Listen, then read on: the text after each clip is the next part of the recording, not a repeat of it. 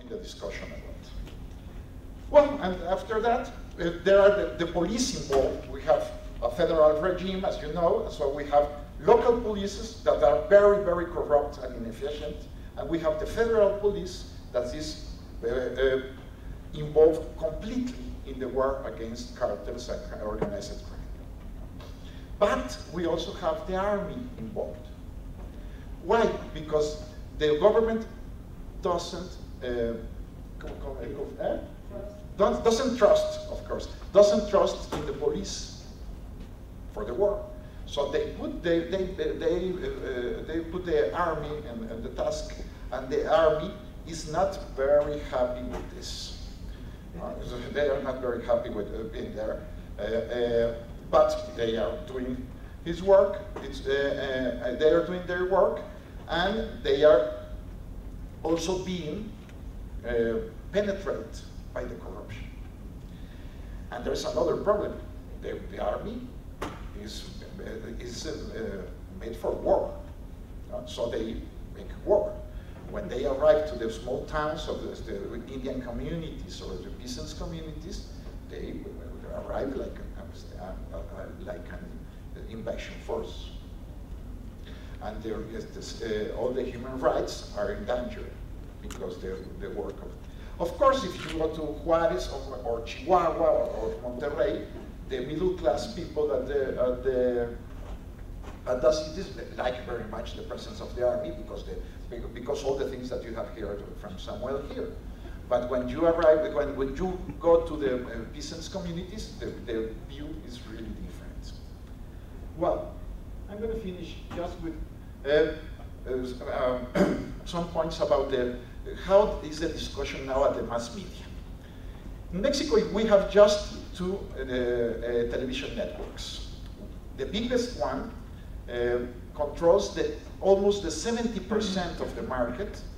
The second one controls 28% of the market, and the rest are public televisions and a very, very small third the network. Well, the biggest one, television network, Televisa, is changing its position. Televisa is more open to this discussion about legalization, about the change on drug policy. But the other one, the smaller one, the Televisión Azteca, is a hardliner. They are in the way of just say no. It's the campaign of the Azteca television. But at the papers level, there is a very different panorama, because we have papers.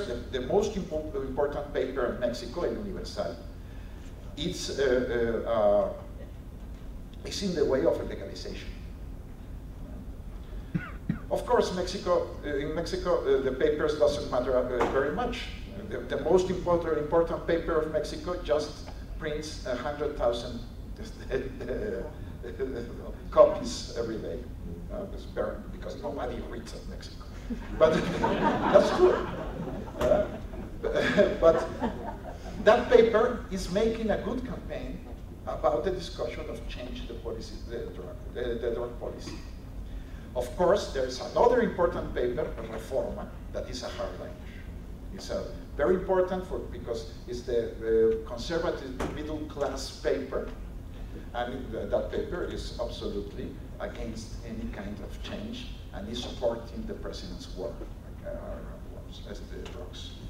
And there are some magazines, like Proceso, that are trying to make a discussion about crime, violence, and the link between crime, violence, and the drug policy. So we have a very, very interesting discussion, but you may know that that discussion is just circumscribed to the middle class illustrated people. The majority of the people in Mexico approves the war against drugs of the president of Calderon. They approve the politics of Calderon, and they believe, the words of the government, that the war against drugs is because the government is very concerned with the health and with the security of the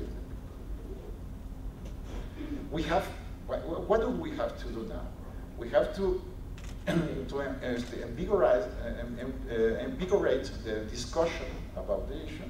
We have the opportunity, because we have a lot of space open now, we have the opportunity, and the failure of the politics of the policy is beginning to be evident, because the new encuesta, ¿cómo se dice? The new survey about drugs and addictions that had been published by the government this year says that the consumption of drugs hasn't been reduced, and we have an increase in cocaine and other drugs. So as a public policy against drugs, the war is absolutely failed. And that discussion is open. We can make a difference if we have a good campaign around our issues. Thank you.